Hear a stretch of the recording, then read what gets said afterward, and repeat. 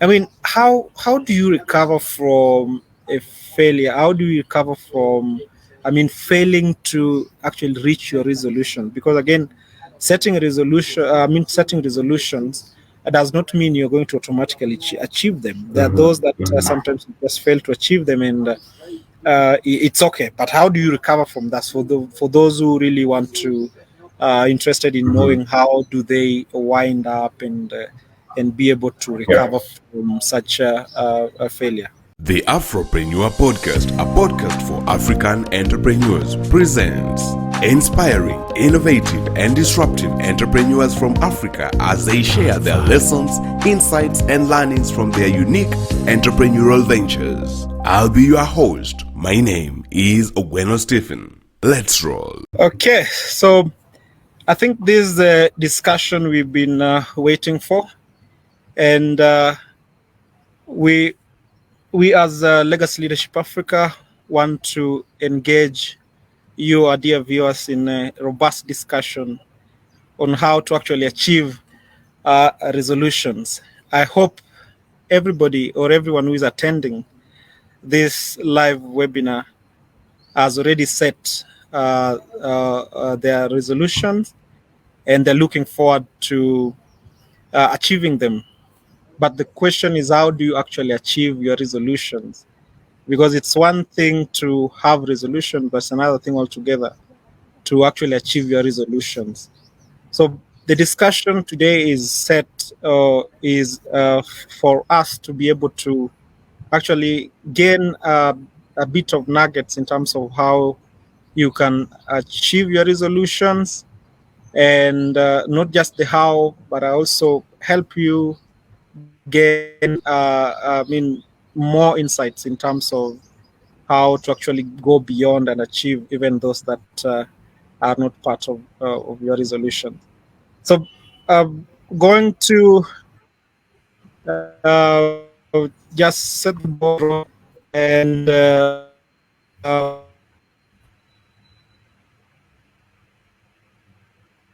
Stephen, going to engage us or indulge us in this wonderful conversation. And I just want to begin by introducing myself properly. Oduor Kevin, co-founder Legacy Leadership Africa.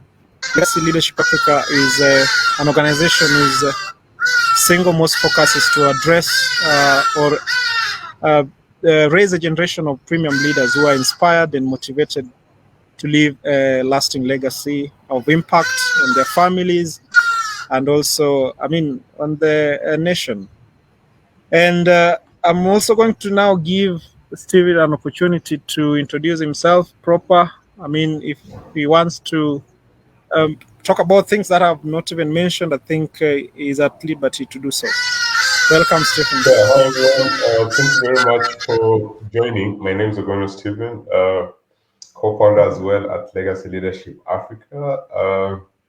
Amongst other things, I'm an author, an entrepreneur, yeah, and a couple of other titles as well, an artist as well. So I'm very excited to join this conversation and to have this call. So yeah, looking forward to interesting discussions really that we're going to have around resolutions, why you should set them, and why these are important components as well. So I think without further ado, we could already jump into the call. But before I do that, for anybody interested in following up on any progress on my end, you can also check me out on my personal website at www.ogwenostephen.com.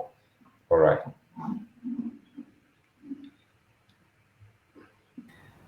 Thanks for that introduction. I think I'll just go ahead and start this discussion. And I want to ask you, Steve, I mean, Mm-hmm.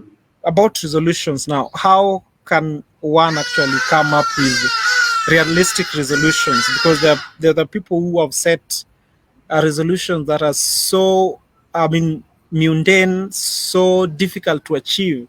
And I remember from a book I've read I mean, 0 to 1. And this is a book I know you've also read. I mean, the book by Peter Thiel, the co-founder of PayPal. He actually mentions that I mean, there are goals that can be satisfied with minimum effort. There are goals that are difficult but achievable. There are goals that are just impossible to achieve. So actually, how now does one set a realistic resolution and not bite what he or she can chew? Yeah, so I mean, the conversation around resolutions is one that we often face every year at the end of December and beginning of January. Everybody is like, hey, new year, new me, new year, new resolutions, and all of that. And it really is, before even I go into the question itself, it really is a question of how, we are designed that at the end of things that we want to start new things. So before I even get into the question, I think one of the issues to address is why then would people be inclined naturally to set resolutions before as the year begins? And I think primarily it's because it marks the beginning of a new year, a new era, a new beginning, and people always fancy the idea of cleaning the slate and starting afresh. And so, with that in mind, then there has been some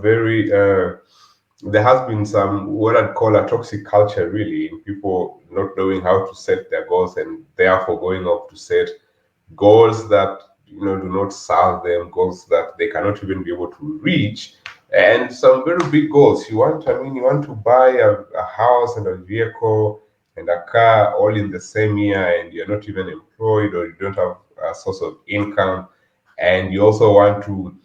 Besides that, you want to travel. You also want to build a church and then go and be the president, and you haven't even set your beginning. So I think that, and then what happens after that is after setting those impossible to reach resolutions, people end up not achieving them. People end up being discouraged, being depressed. They're like, okay, let's just go with the flow. And so I think one of the reasons, now back to the question, why people primarily do not get to achieve or why people do not get to set realistic resolutions is because of this culture that has been ongoing. And then now moving forward into the question of how can one come up or set realistic resolutions, I think I'll give three things, and then maybe you could contribute a bit into that. I think one of the ways in which people can come up with or set realistic goals is first to adopt what I call the 120 rule. So the 120 rule is whereby you set one big objective for the year, and then you break it down into 20 steps or 20 different steps that it will take you to achieve that goal or that resolution. Because ideally, at the end of the day, resolutions are our sort of annual goals or something around the same lines. So that is one of the things that I've put, and you will discover that once you put down the top 20 ways in which you can be able to achieve that goal, you now simplify that back to four. What are the four most important things that if you did out of those 20, you are able to achieve those goals? And that brings us back to the Pareto's principle, which is the 80-20 rule. So again, that is one of the ways I see which continues to work for me in terms of breaking those big goals into what is necessary, and then taking all of what I've put down as necessary and focusing on the 20%, which will give me 80% results on setting up those goals. So that would be one thing. And then the second thing, in terms of setting realistic goals and resolutions, is you also have to look at yourself and you have to analyze what is my current situation and then where is it that I could be from here. So the thing is not to set, so the thing, two things. So the thing is not to set goals as a hard target to achieve. The thing is not to set those goals as things that are very long term and things that you can't achieve. The thing is to set goals, and the thing is also not to set goals that are too realistic, too easy to achieve. Is to set up on that sweet spot where it's going to be hard, but you know you can achieve them, so that it pushes you to actually want to achieve them. And then the third thing, and this I learned from Bob Proctor, is to set the goals in the present tense. So as opposed and set the goals as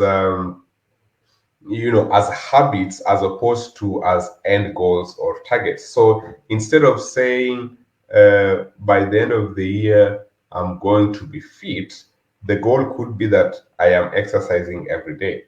So the focus is not on losing 20 kgs or 10 kgs or etc.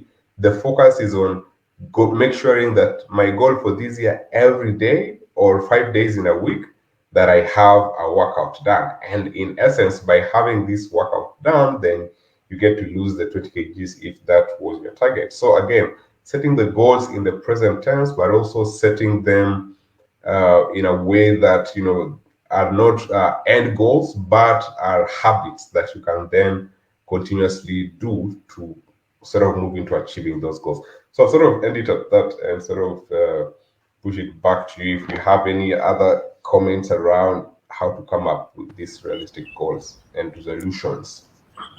I think it's wonderful. I mean that you mentioned that goals should not be like when you're setting your resolutions. They should not just be merely set as goals, but set them as habits, or those things you need to do each and every day so that you advance towards that goal that you want. Because again, goals are attained through the habits that we build every day. Like what you're saying is makes a lot of sense. If I wanted to lose 100 kg in a year, then it means I'm not going to wake up one day and I'm going to lose 100 kg. It means there must be effort that I'm going to put there, so that I lose. For example, if I work out every day, I'm pretty sure I'm going to lose this amount of kg, or this kg, and that is really going to make me advance towards that broader goal of losing weight. And I think that really makes sense in terms of setting realistic resolutions. And again, what you're mentioning, that actually, if you're setting hard goals that are not really easy to attain, and then what happens if you don't attain them? You will be like, there's no need for even setting goals in the first place. So set goals. I think that goes back to even the question I was asking, is that how do you make it realistic? For example, if you're saying this year you want to go to Mars, and you are not Elon Musk, that is kind of you are shooting. What you can't even target, or you're targeting what you can't even shoot. And I think that makes a lot of sense. I want to extend this conversation and actually move away from how to set realistic goals, and ask totally now how maybe procrastination can derail one from achieving resolutions. Because as I mentioned when you're starting, is that it is one thing to have resolutions, but it's another thing altogether to actually achieve your resolution. So what do you think, how can procrastination derail one from achieving their resolutions? Yeah, so procrastination is the idea that you'll do it tomorrow, and that tomorrow you'll have the energy, the effort, and the zeal to actually do it. What turns out is that if you postpone something today that you'll do tomorrow, and then tomorrow comes, you are most likely to postpone it again if it's not very important and urgent. So things that people procrastinate are things that they find as not very important and not very urgent. Otherwise, if they are important and urgent, they'd actually do it. So you find that a lot of people then move into procrastinating a lot of what they set out to do because they can't find a way to start. And that is one of the biggest barriers to actually achieving anything. Because if you can't find a way to start, and if the start is very, very hard, then it becomes very difficult to follow up that with the actual conclusion of things. So you find that, for example, if you set up, let's go back to this gym example. If you've set up that we are going to be working out every day, and when you wake up in the morning, you start to see that. Imagine going to the gym, and the gym is 5-10 kilometers away, and you want to walk up to there, and then you'll be lifting 50 kgs, and you'll come back home and it's tired. Or imagine that you just have to come out of bed, change, wear your shoes, and then go to do those workouts. So when you look at that, it's such a big deal that you don't know where to start from. It's very hard, it's very challenging, and so you procrastinate because you don't see a way for you to do it. And so procrastination then becomes is really the killer of goals and dreams and resolutions, really. Because if you continuously procrastinate, by the end of the year, procrastination becomes a habit. If I procrastinated today, I procrastinate tomorrow. What happens when you procrastinate is the body finds ways to adopt. So if I say, today I'll not do it, then tomorrow the body and the mind is primed not to do it. So it goes back to the comfort zone. And when it goes very back into that comfort zone so that it cannot be pushed out, then it becomes a very comforting spot for the body, and it becomes a very comforting spot as well for the body and the mind, so that then it becomes very hard to move forward. And so that is the sort of logic of procrastination. So that procrastination keeps us in the comfort zone. And if you're in the comfort zone and not pushing yourself outside, then you don't get to hit those goals because you don't get to do them. So my counter to the question, actually, in terms of what can we do in the case of procrastination, is to break down whatever you want to achieve into very small, simple, realistic steps. So going back to the 120 rule, where you take one goal and break it down into 20 steps that you can actually begin doing something. So that if you want to open a cafeteria that cooks cake, don't start by going to open the cafeteria. Break it down into researching. Let me research about this cafeteria business. And then let me go and consult a few people. And then let me go and go to the online internet sources and see what I can do there. Then let me develop a Facebook page. All of these activities are happening before you actually develop the cafeteria and lead you towards that. So again, break down those big goals into small goals, and that will help you drastically avoid the procrastination trap.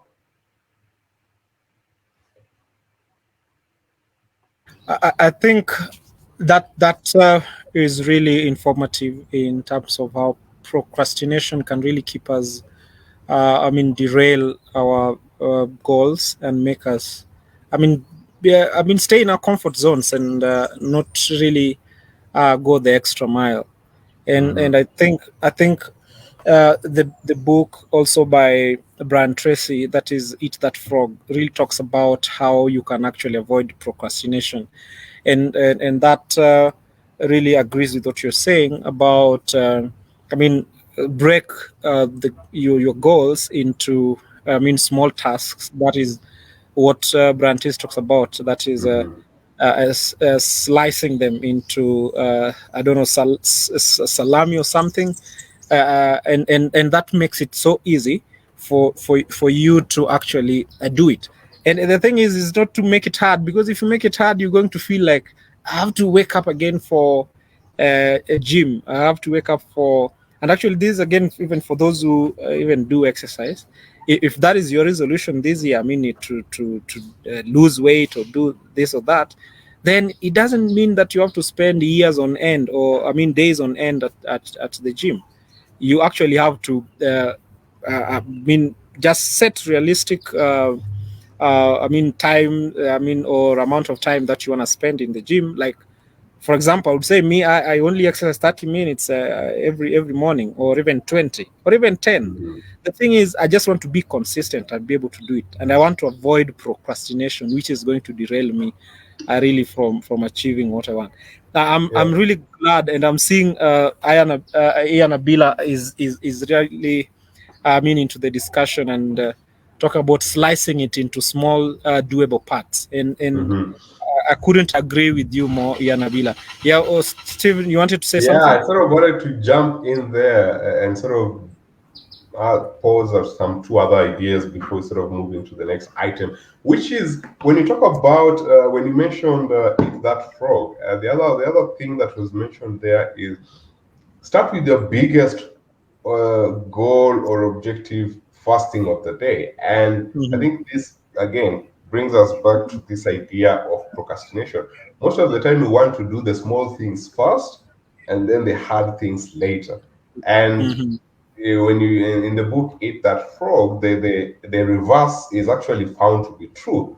That if we do hard things now, then we get the body into the natural motivation cycle where you do the hard thing, you accomplish it, the body gives you a rush of endorphins and feel good hormones which motivate you to do the next task, so that you never need external motivation or someone coming to motivate you if the body is already doing it as well, which is really one of the components of sort of hacking your mind and understanding how the mind works.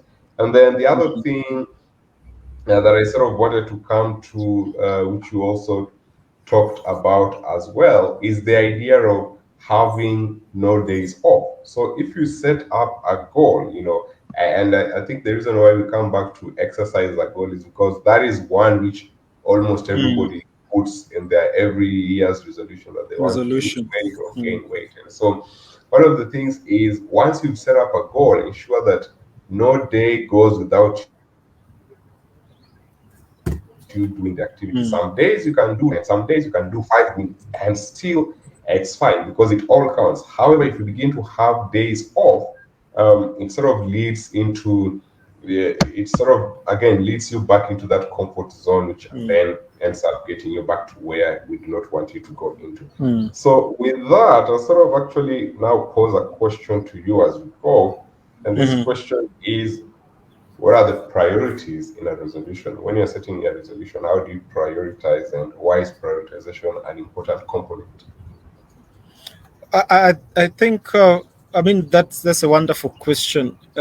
Setting priorities and what do you actually want to start with? I mean, uh, I will still go back to a lot of books that I've read actually teaching me a lot in terms of what I should prioritize and what should do first. And I'll go back to Brian. The book "Eat That Frog" by Brian Tracy, and talks about uh, those tasks or those resolutions that are have high implication in terms of if you actually don't achieve them, what is the implication? So I think the first thing I would mention is if I set a resolution, for example, let me say I want to register for maybe a professional a certification. What is actually the implication of not doing that? And what are those tasks or resolutions that I can actually set aside and there are no implications of not even achieving them? So I think when you're looking at your resolutions, first you have to prioritize in terms of importance. And Brian Tracy talks about classifying them as class A, class C, okay, class B, class C, and so you'll find that those in the first or in the class A category are those that have high implications in terms of if you don't actually achieve them, then you face, for example, maybe serious consequences, or you risk losing something big or something great if you actually avoid or even procrastinate such goals. So I think when I'm setting resolutions is things that actually if I don't achieve, for example, if I wanted to let me say I wanted to join maybe or participate in a program, which the eligibility criteria is that if you're past 30, you can't do it. So it means it's gonna be top of my list in terms of those things I want to achieve. Because once I clock 30, then I'm not going to participate in this program. So I think it's looking at terms of importance and the implication, and arrange them in terms of these ones. Actually, if I complete them right now, I think there's this thing that I'm going to gain. But again, also prioritizing your tasks or your resolutions, also in terms of looking at actually what it really means to you. And I think that still talks about importance, but I mean, each and every person has things that they hold so dear, and they want to see those things actually being done. So, in terms of how do you feel about that resolution, and then you will put it on top of of your priorities, and so you'll find yourself doing everything to achieve that goal. So goals that are tied to maybe a deadline, goals that are tied to something important which you might lose and you might not really make a comeback if you lose them. I think those goals should be on top of your priority list, and they should be the ones that you need to start with and Mhm. see that you achieve them. I think that is for me how I really look at my resolutions. I don't know if you have something you want to add on this. Yeah, no, I mean, that's a very interesting way to look at it, and I don't have anything to add on top of that. Only that to say that again, if something is important and something is urgent, then you're likely to do it, and that also really counts in prioritization. So that even as you set your goals, then Mm, you are constantly looking at what is the most important thing to me, what is the most urgent thing for me to do at this phase in my life or at this time in my life to ensure that I move the needle forward, and that is, mm. part of how you get to set those goals. So yeah. I think that was a great question. I think it really uh, aligns with what we are talking about in terms of resolution. Because again, if you don't prioritize, or if you don't have a priority in your resolutions, then you will find yourself not focused, or just doing things for the sake of doing them, or you just wake up and you feel like this is what is easy, this I can fly with, and this I can do, and you find yourself doing things that are easy. And as you mentioned, if it is urgent, if it is important, you going to actually work on them. And I want to pose a question to you about uh, how do you actually now stick to your resolutions? There are people who, you write resolutions, but you still find yourself doing things that are outside even your resolution. Then the Mhm. question is, why are you writing resolutions in the first place? So, how Yeah. do you stick to your resolutions? So that's a very interesting question. How do you stick there? And I think the way to do it is through habits and routines. Mm, So once you've set up your goals, and again, that is coming back to one of my very first points, that set your goals in the form of habits and routines rather than as endpoints. Because mm, once you set if you set your goals in the habit format, that I'm going to work out, I'm going to drink more water, I'm going to eat more healthy, I'm going to get more sleep, I'm going to talk to more people, I'm going to do this much applications every day. So once you begin to set your habits into routines, it becomes actually much easier to follow through, because you know that this is one thing that you do every day, that every day I do this thing. And as a personal example, I have this sort of culture where I have 5 things that I have to do every day, regardless of how the day starts. And so mm, those are found to be 5 key routines that help me sort of go ahead into getting the goals accomplished or reached, because mm, then I'm able to move that needle forward. And every day I do those things. And so by maintaining habits and routines, you are able to move your goals from just ideas into tangible products and services. And the thing is, once you achieve a small milestone, then you celebrate that, and you reach the next, and you celebrate that, and you reach the next, and you celebrate that. And then this becomes what you do. So your mm, goals don't become an end goal, they become, this is the thing that I actually do. And that is, I think, a very good way to think around goals and resolutions, especially when you're talking about these resolutions that we want to achieve.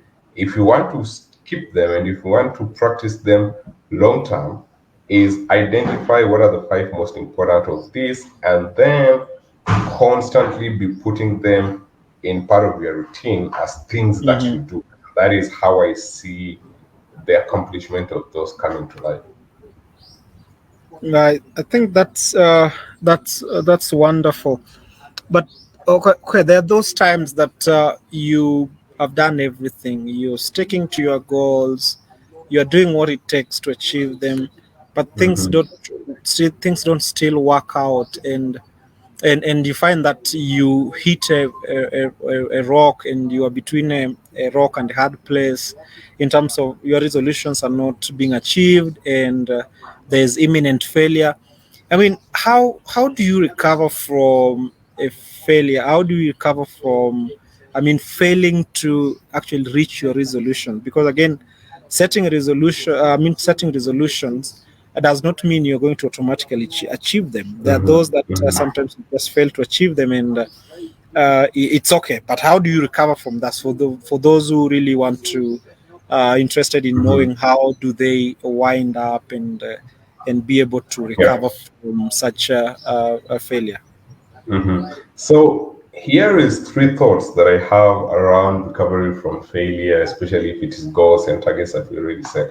One Hmm. is to acknowledge that if we actually had them as routines in the first place and as things that we do in the first place, then even if we don't hit the exact goal that we set out to be, but we Hmm. become changed people. So again, it goes back to the perspective of how are you looking at it, what angle are you looking at it from. If every day you are exercising, eating right, for example, if those were part of your goals, and you had a target of, say, losing 20 Mm. kilos at the end of the year and you didn't, is that a loss if you are exercising and doing all of these things every day? It is not. Because at the end of the day, the thing is, you Mhm. are a different person. You are someone who now has their fitness or their physical health in check, someone who has Mm. their emotional health in check. And so you become a different person. So the goals have transformed you and they have changed you. So even if you don't hit that sort of Specific visceral goal, target. Hmm. specific target that we set, we Hmm. become different people and we become people who have acquired different habits that makes us better humans. And so that is not a loss. So that is one way of looking at it. And then the other thing to consider as well, and I think this then becomes even more important and sort of connected to the first statement, is that at the end of the day, what makes you valuable is not what you get, it's who you become. Because Hmm. what you get, you can lose. But if you become a different person, then you can always be able to attain that. So, for example, if you sort of lost, your target was to lose 20 kgs, you went into these fat diets and these routines and things that people say, and you lose 20 kgs in a month, but you didn't Hmm. get the routines correct, you are likely to go back, and research has shown you're likely to go back into your old eating habits and your old routines that make you not gain, that make you to regain all of the weight that you had lost in the first place because you did not become a different person. So that is another way to look at it. And then again, when you look at goals and resolutions and sort of how do we recover if we lost them, I mean, if I had a list of 10 things and at the end of the year I achieved 8, that is very much okay. Did I have to achieve all 10? I did. Those are just keys, sort of target that I was to hit. But if I hit 8, I mean, that sounds really good to me. And I'm sure it would sound good to everyone else. So, again, it's the thing of being loving to ourselves because at the end of the Mm. day, some of us set goals. We don't love ourselves through these goals. We set things that are too hard for us to hit, even if you are talking to a friend, you'd encourage them, those ones are too hard. You can't achieve all of them. There is how we tend to not self-love ourselves, especially when we're setting and we are harsh on ourselves. I mean, if you achieve 7 out of 10, that's good enough. And you should mm, be patting yourself on the back rather than mm, focusing on the 3 that you didn't hit. So again, it's mm, a matter of perspective and perception on how we are looking at these things, especially when we're talking about goals and resolutions and when we don't get to hit them. And then maybe one final thought mm, before I sort of mhm, give this back to you, because I know you have some thoughts as well, and then I'll come back to you with another question. Is mhm, that if we set these goals and resolutions correctly, and if we prime our minds and our bodies to constantly be working towards achieving them, even if we didn't hit them, we are much better placed, because at the end of the day, the person who went into the battlefield is much better, braver, and is has a lot of more positive attributes compared to the person who didn't go at all. So by virtue mm, that you actually set these things and you started to move towards them and that you wanted to actually achieve them, even if it turns out that you didn't, there is a lot of lessons and there's a lot of value in just putting yourself out there and setting yourself to mm. at least in a routine to achieve a goal or a habit. So back to you. Okay, I think what you're mentioning, and Ian Abila actually agrees with what you're saying. Enjoy the process, because what he's saying here is enjoying the process, not being possessively focused on the end goal. And he's also mentioning that but enjoying each step you take, achieve it, and of course not forgetting the goal by keeping the end goal at the back of your mind. And I think that is a really wonderful contribution from Anabila. I also see Honorable Dennis Lavmon Odiambo is also here joining live on this conversation and actually contributing.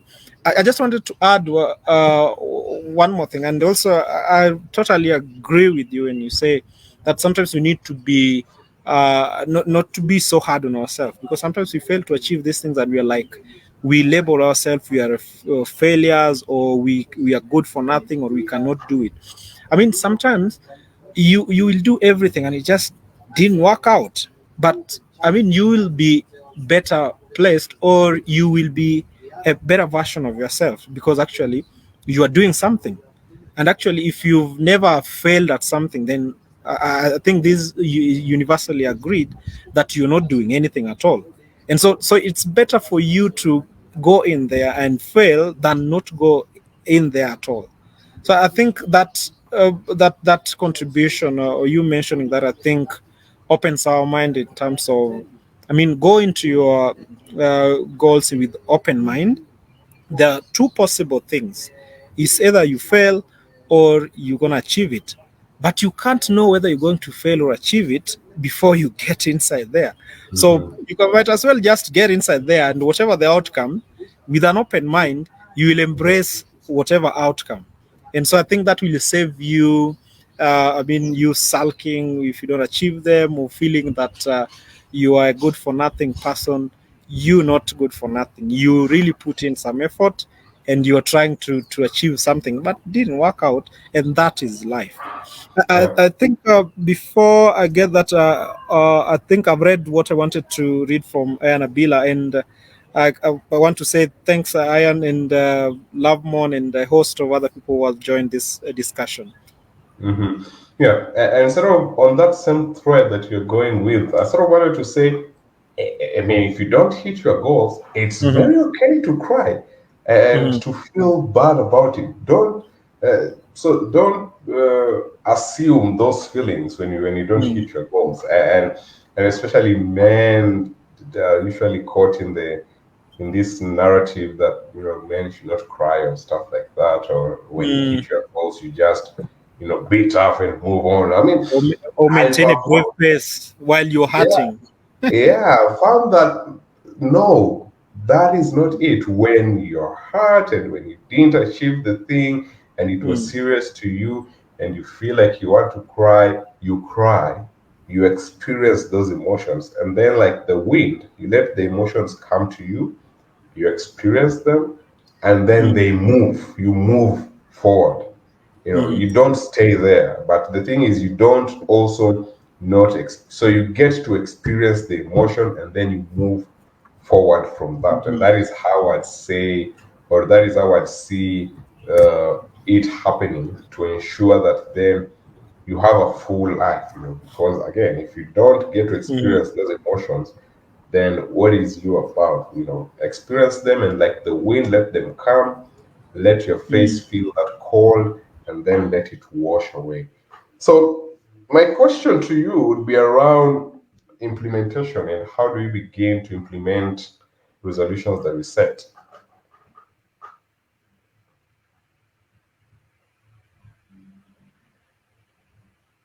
Yeah, so yeah, looks like I don't get a dwell there for a minute, but yeah, I think you're back now. And so my question is Mhm. around, how do you begin to implement resolutions once you set them?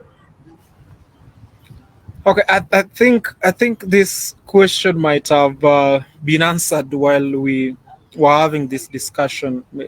It's a question of how do you begin actually implementing your resolution for goals that I would say for goals that are cut into pieces, or those that you uh, if you've broken your goals into pieces. I think it's good to start gradually, not to go in with all your might and you want to implement everything in a day. I think that we need to embrace consistency over intensity, because you start with the you so intense. And actually I want to mention this from the same book I was talking about. It's by Peter Thiel, yeah, uh, the co-founder of PayPal. He talks about the pattern is this: start with intensity, you are motivated. The next day you start feeling fatigue, you stop altogether. That is the trait of those who get into their resolution with a lot of energy at first, without understanding that it's not really about how much you do in a day. It's about how much or how you can consistently do that thing you're doing, even if it is small, or if it is just a piece of the puzzle. And I think that is something that people really need to understand when even starting to implement your resolution. Just start. Don't go. With all your might. Just start slowly. Start with something that is easy to do, and in the process, you find yourself building endurance, and you find yourself being able to continuously do it. So it's a question of consistency over intensity. So start with things that start it slowly and make it easy, make it something that you can actually look forward to doing and doing every now and again. And again, also when starting to implement your resolutions, I think what we have mentioned is actually know what is urgent, and what really needs to be implemented. With urgency. There are those that actually you can achieve even in December. For example, if you set a goal right now that this year maybe I want to maybe marry.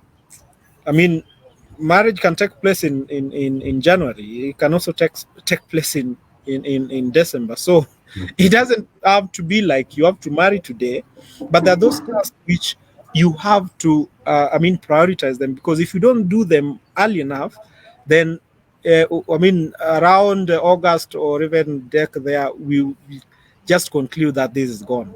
You're not going to do it.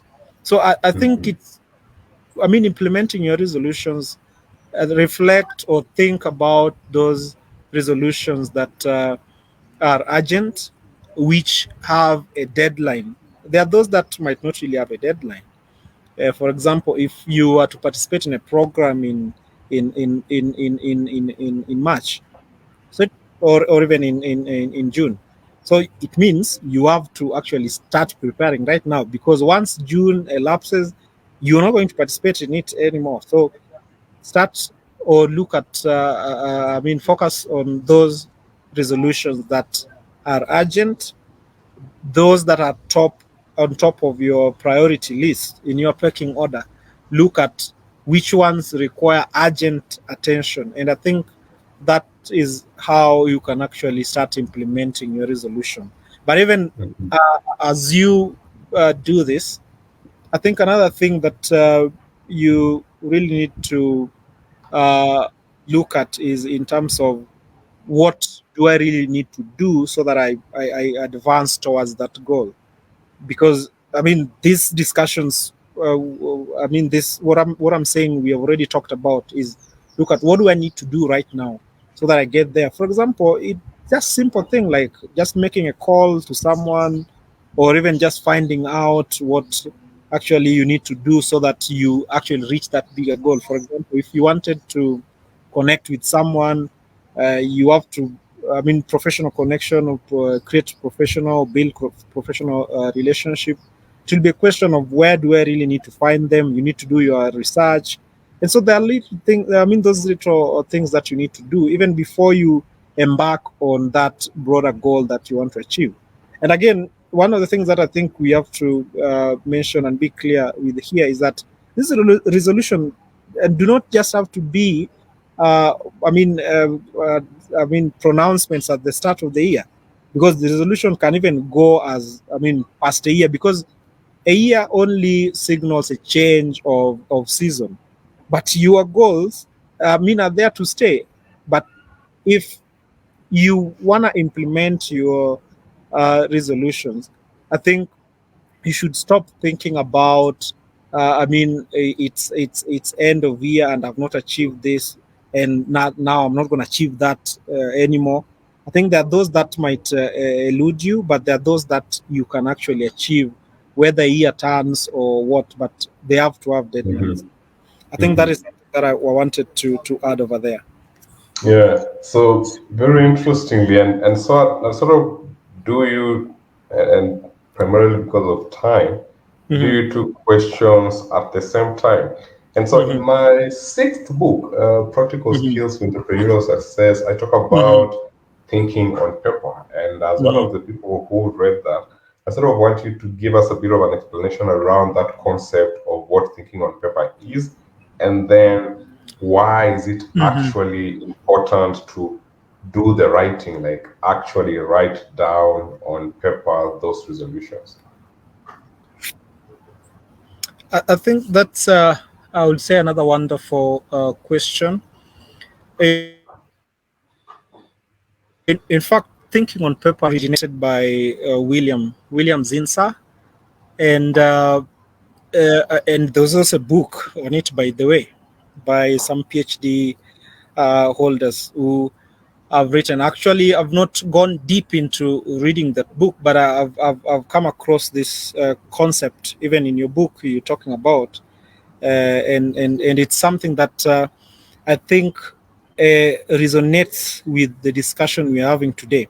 So this is a concept that arises from the understanding that the mind and essentially the body will begin to manifest the thoughts mostly when you write them down, and so the body begins to manifest those thoughts and give you specific intentions, and that's when you will feel the urge of wanting to go down and actually start implementing your resolution.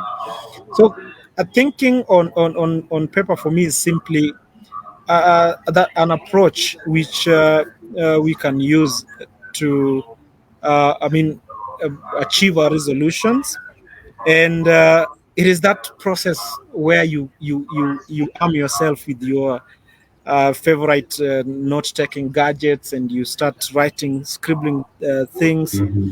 And Mm-hmm. but I mean, when you start writing these things down, you realize that they give you that urge, or it's like when you write something down, it's actually making you accountable. Because for me, I do Mm-hmm. say, I mean, when you come from, or maybe you come home and you have 10 things, I mean, written over there, and you're not even worked on even any. you feel like there's a lot that you need to do, and actually it's prompting you to go down and start doing them. So it's, writing or thinking on paper is like being accountable. Writing things down makes you really accountable. And one of the things that I have to also mention is that people often think that thinking on paper or writing down your resolution is unnecessary, that we are going to remember whatever we want to do intuitively. Well, that is not true, because our brain is not really a computer which is going to remember things, or especially technical things. We're not going to remember them. But even if we remember, we're going to remember them when the deadline has even lapsed. So I think thinking on paper is important for me for a number of reasons. One, thinking on paper creates clear focus, and it tells you what to do, what to start with, which frog do you need to eat first, and by which frog you need to eat first, I mean what task do you need to approach first and do first, and which task do you even need to delegate, or which one do you need to delete, because you don't have to actually do everything. So thinking on paper is means having clear focus on what you need to do, and it also help you set intentions. For me, when I write things down, and actually I feel like I even feel ashamed if I've not done something, and I keep Mm-hmm. transferring from one leaflet to the other, and I've not done this. I'm like, no, I have to do this thing because I've written it. So what if somebody, by accident, just come across that book, and like, you wrote these things down and you not even achieved one, you not even ticked one. So thinking on paper is not just about taking things; it's about setting intentions, and those intentions will actually make you want to achieve this thing. And actually, thinking on paper also helps you get things done. And as Mm-hmm. I mentioned, it makes you accountable, and it really reminds you that there's something that you have to do. And also, I remember the other day I was helping a friend of mine do his CV, and I didn't write it down, and it was like, he texted me during the night, and I was like, if I had written this thing, I would actually remember to do it, because I had some spare time and I didn't do it. That is because I just forgot about it. But when you write Mm-hmm. it down, thinking on paper helps you not to forget, because we have a brain memory, brain that has short-term memory, and we have to accept it. We are not a computer. Unless we keep on refreshing our memory, we are going to forget a lot of things, and our mind focuses on what we know now. And I think, in finishing, talking about this thinking on paper, I think I must caution us against thinking or planning in our head, uh, Mm-hmm. thinking or planning in our head, because I don't, I hope you're getting why I'm saying this. If the plan is in your head, or if the plan is all in your head, it is far easier for us to justify that we haven't started executing on it yet. But Mm-hmm. if we write it down, we'll find ourselves actually doing them, and that feeling that we have not started working on it, we'll start feeling that, that there's something that we have not done, and that is accountability on its own. So I actually repeat, if we plan everything in our head, it is far easier for us to justify that we haven't started executing on it yet, than it would be if you find yourself staring at 10 resolutions or 10 actions which you have not started on. And I think Mm-hmm. it's prudent, or it's warranted for us to think on paper rather than just thinking on our head, and we're gonna forget these things. I think that's what I have Mm-hmm. to say about thinking on paper. There's another question you Yeah. asked. You can ask it again. It was Yeah. about So the other question was around, why, and I think you've already talked about it anyway. It was why it's important to actually write down those resolutions, and I think you've already addressed that oh, as well. So okay. yeah, I Maybe mean, I can just add one thing. yes. Uh, I think we are all familiar with this research by Dr. Gail Matthews. I even mentioned that in the video that we did, that you're 42% likely, this is scientific, 42% likely to achieve your goals if you write them down, because of issues we talked about around accountability. So this is all thinking on paper. So you are 42% likely to achieve your goal, and you're better than somebody who has not written their goals. So let's just write our goals down. Even if we don't achieve them, at least we wrote them. Yeah, so again, thank you very much for really moving into that context of thinking on paper and really explaining it. When we're thinking about that, I was already going into some other thoughts which would bring us into a very long discussion that we might actually set time for next week, which is discussions around setting high standards for ourselves and what thinking on paper or writing it down does. Because essentially, when you write things down, they become sort of your God. For example, they become your highest possible good that you have to achieve. So if you don't achieve it, it judges you. Why did you write it down if you're not going to work on it? It acts as a judge. So there's a whole conundrum. There's a whole conundrum of information that you could go into there on why that judge, which is you because you set the judge yourself, becomes a very important driver to drive you to actually get to achieve the goals that you have set for yourself. So that is the thing. That is the thing that again, very important to think about when you're talking about the concept of thinking on paper and broadly in the conversation today on resolutions. So I think from my end, I'd sort of give one parting shot, which is that the best way to start is to start, and to start small and to start consistently. So that would be my closing remarks, and then I'll now push it back to you, Oduor, to sort of bring this to a close. For me, I think first is to really appreciate those who have joined us and the wonderful discussions. I'm seeing comments coming fast and furious. And one thing I want to mention, I mean, there's a viewer just mentioned that, I mean, don't trust your memory, note it down. Memory is prone to forgetfulness, but noting it down will enhance your accountability. I think, I mean, that's where I'm gonna just end it. I don't want to add anything on that, because already we have had a robust discussion on resolutions, and still there are lots that we could have covered, but we are time bad. And I think in our next discussion, we're going to also have very wonderful discussion that will go into what Stephen has mentioned about setting high standards, and also things like the law of diminishing return, which is next on our discussion. And you may want to join this illuminating discussion, and it will be wonderful to have you again in our next broadcast. I think this is where we say guests leave at their own pleasure. Yeah, this is that point. See you guys. We can't avoid. All right, thanks for listening, and that's a wrap for this episode. For more exciting episodes like this, don't forget to follow our podcast, the Afropreneur Podcast, on all streaming sites, and visit our website at www.ogwenostephen.com.